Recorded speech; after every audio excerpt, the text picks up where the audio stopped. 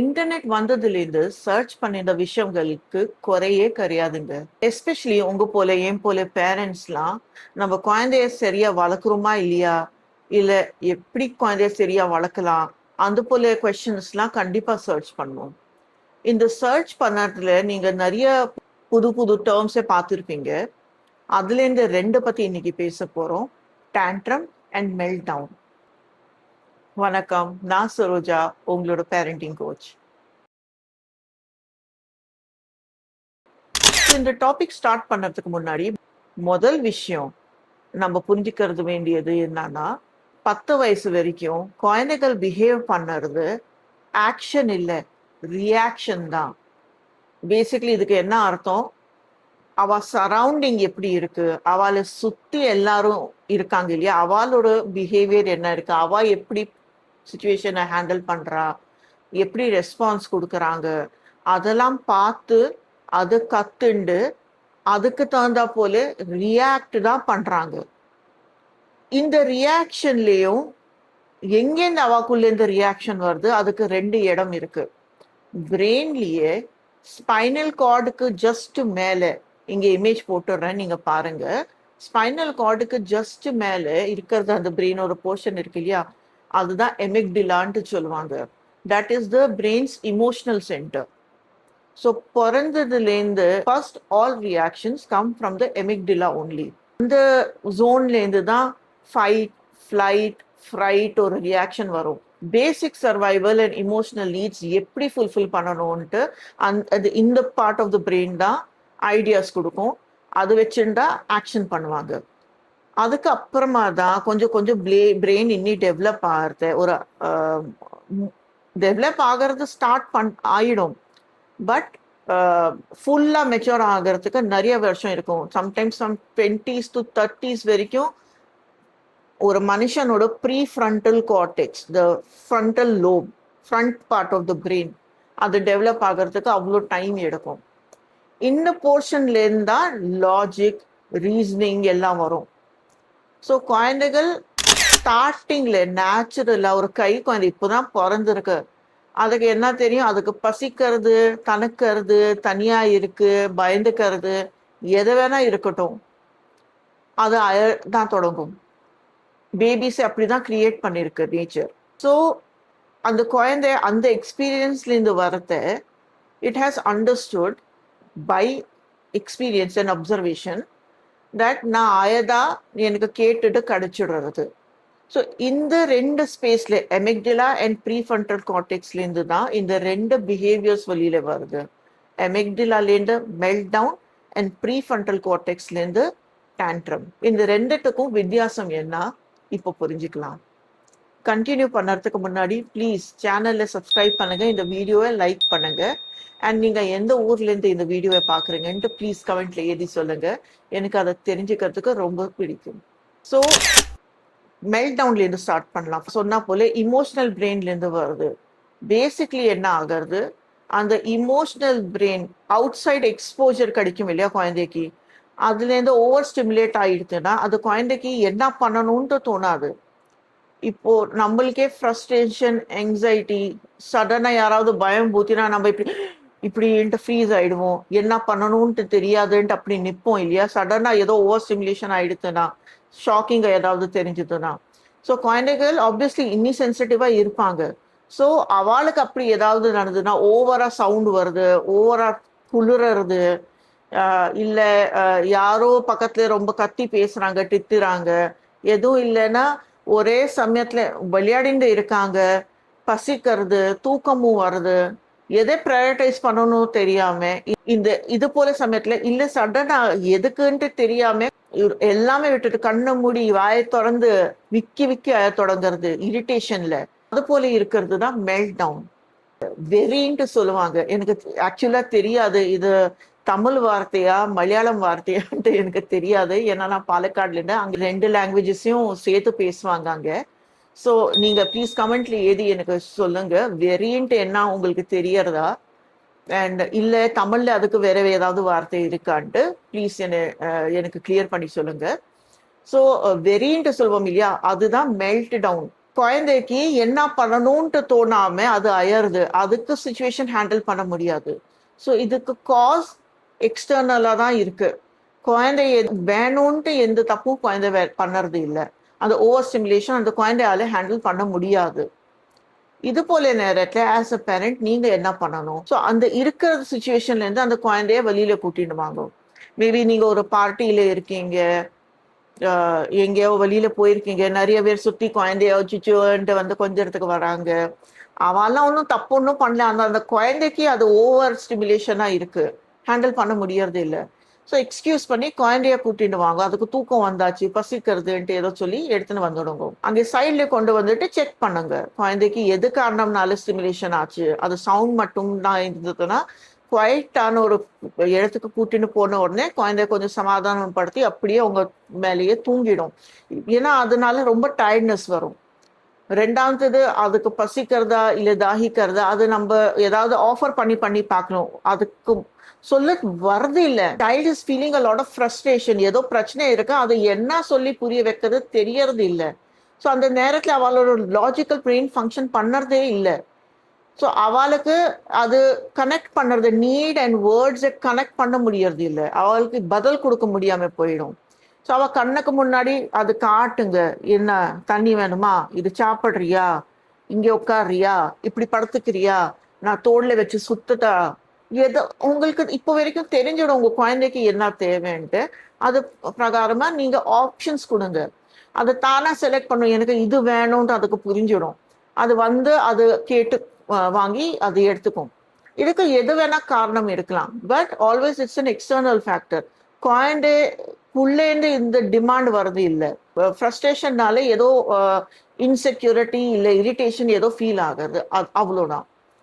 So இது போல நீங்க மெல்ட் டவுனை ஹேண்டில் பண்ணலாம். டேண்ட்ரம்க்கு வரலாம். இப்போ டேண்ட்ரம்னா சிம்பிளா சொல்றது பிடிவாதம். இது குழந்தை பொல்லாததுனாலே இல்லை, அதை ஃபர்ஸ்ட் நீங்க புரிஞ்சுக்கோங்க. டேண்ட்ரம் இல்ல பிடிவாதம் பிடிக்கிறது அது எங்கேருந்து ஸ்டார்ட் ஆகிறதுனா உங்கள்ட்ட இருந்து தான். Sorry to say this, but this is the truth.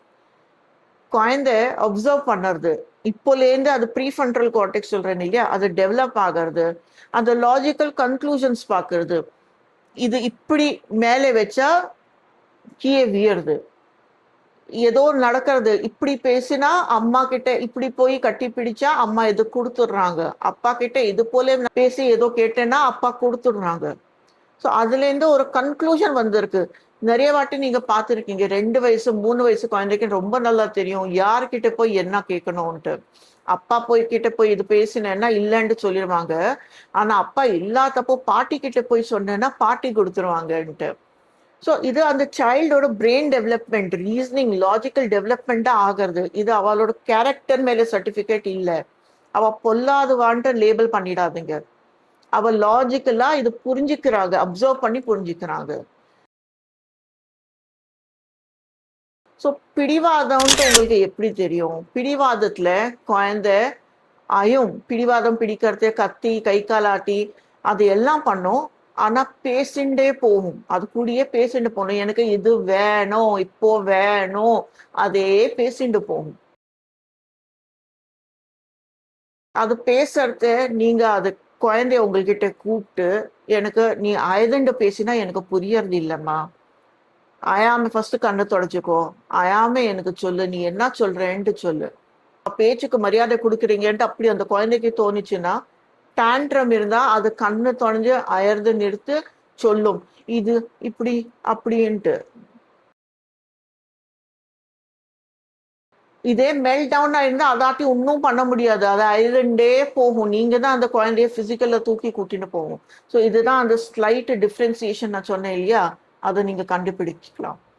So tantrum உங்களுக்கு கன்ஃபார்ம் ஆயிடுச்சு, குழந்தை ஏதோ கேட்டு திருப்பி திருப்பி அதே கேட்கறது, இது வேணும்ன்ட்டு சொல்லுறது. அதை பத்தி நீங்க லாஜிக்கலா குழந்தைகிட்ட கொஞ்சம் கொஞ்சம் வார்த்தைகள், சிம்பிள் இன்ஸ்ட்ரக்ஷன்ஸ் கொடுத்து கன்ஃபியூஸ் பண்ணாம கிளியர் பவுண்டரி செட் பண்ணி குழந்தைகிட்ட பேசணும். நீ என்கிட்ட இது கேட்ட, முடியுமா முடியாதா உங்களுக்கு அந்த சுச்சுவேஷனுக்கு தகுந்தா போல தெரியும். ஃபார் எக்ஸாம்பிள், குழந்தை எல்லாம் சாப்பாடெல்லாம் முடிச்சாச்சு, நட்டு ராத்திரியில எனக்கு மிக்சர் சாப்பிடணுன்ட்டு கேட்குறது. இப்போ அதுக்கு டைம் இல்லை, அது நம்ம சாப்பிடுவோம், ஆனா இந்த டயத்துக்கு சாப்பிடுவோம். நிறைய பேரண்ட்ஸ் இந்த நேரத்துல என்ன தப்பு பண்றாங்கன்னா, ஓவர் ப்ராமிஸ் பண்ணிடுறாங்க. ஃபார் எக்ஸாம்பிள், இந்த மிக்சரோட எக்ஸாம்பிள் எடுத்துக்கலாம். நாளைக்கு ஸ்கூலுக்கு போறதுக்கு முன்னாடி உன்னை கடைக்கு கூட்டிட்டு போயிட்டு கேட்டுட்டு நான் வாங்கி தரேன் உனக்கு, ஓகேயா? இப்போ எழுது நிறுத்திடும், சமத்து தானே. இது ஓவர் ப்ராமிஸ். நாளைக்கு காத்தால உங்களாட்டி பண்ண முடியுமா இல்லையா? அண்ட் அப்போ அந்த நேரத்துல வேற ஏதோ அன்ஹெல்தியா ஏதாவது வாங்கி சாப்பிட்டதுன்னா அது யாருக்கு மேல அதுக்கு பொறுப்பு? ஸோ அதுவும் நீங்க யோசிச்சுட்டு ஆனஸ்டா உங்கள் குழந்தைக்கு நீங்க என்ன ப்ராமிஸ் பண்ண முடியும் அது மட்டும் சொல்லுங்க. கிளியரா சொல்லி, இதனால நான் நோ சொல்றேன். அண்ட் நீ அழுது பேசினா அம்மா அப்பா உன் பேச்சு கேட்க மாட்டோம், உனக்கு தெரியும். நாங்க இந்த ரூல் வச்சிருக்கோம், அதுக்கு தகுந்தா போல நீங்க இப்படி பண்ணணும்பா. கம்யூனிகேட் பண்ணுங்க, புரிய வைங்க. டிஸ்ட்ராக்ட் பண்ணலாம் நீங்க. இல்ல இப்போதைக்கு அது நடக்காது, நம்ம வேணா இது பண்ணலாமா. அண்ட் கண்டிப்பா நீங்க இமோஷன்ஸை வேலிடேட் பண்ணுங்க. இது புரிஞ்சுக்கோங்க. குழந்தை வந்து எதுக்காவது உங்ககிட்ட வந்து அழுது கேட்டேன்னா, சி யாராவது இப்படி அயவாளா, இதுக்கு போய் யாராவது இப்படி அடம் பிடிப்பாளா, போய் இங்க இதெல்லாம் உங்களுக்கு தேவையில்லை, அதான் அழுது இல்லை, அப்படி பேசாம, ஓ உனக்கு இது தேவை, இது சாப்பிடணுன்ட்டு ஆசையா இருக்கு, கிடைக்கிறது இல்லைன்ட்டு கோவம் வருது இல்லையா? ஆமா. கோவம் வருது கண்டிப்பா, அது ரொம்ப இரிட்டேட்டிங்கா இருக்கும். வாக்கண்டான்ட்டு அது ஒரு ஹக் கொடுத்து அது போல கனெக்ட் பண்ணி, பாப்பா பாரு, இதனாலதான் பண்ண முடியறது இல்லை, அண்ட் இது ரைட் டைம் இல்லை. அது சுச்சுவேஷனுக்கு தகுந்த போல நீங்க பேசுங்க.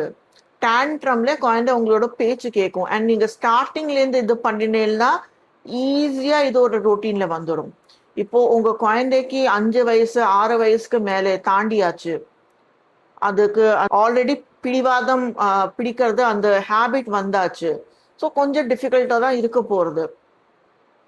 உடனே உங்களோட பேச்சு கேட்காது.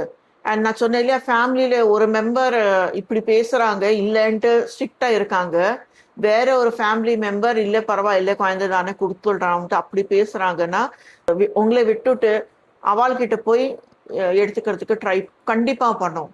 ஸோ இதில் போல இருக்கிறத நீங்க ஒரு ஃபேமிலியா உட்காந்து எல்லாரும் சேஞ்சோட டிசிஷன் இருக்கணும். குழந்தைக்கு இதை அலோவ் பண்ணலாம், இதை அலோவ் பண்ணக்கூடாது. உங்க குழந்தையோட பொறுப்பு உங்க மேலேதான் இருக்கு.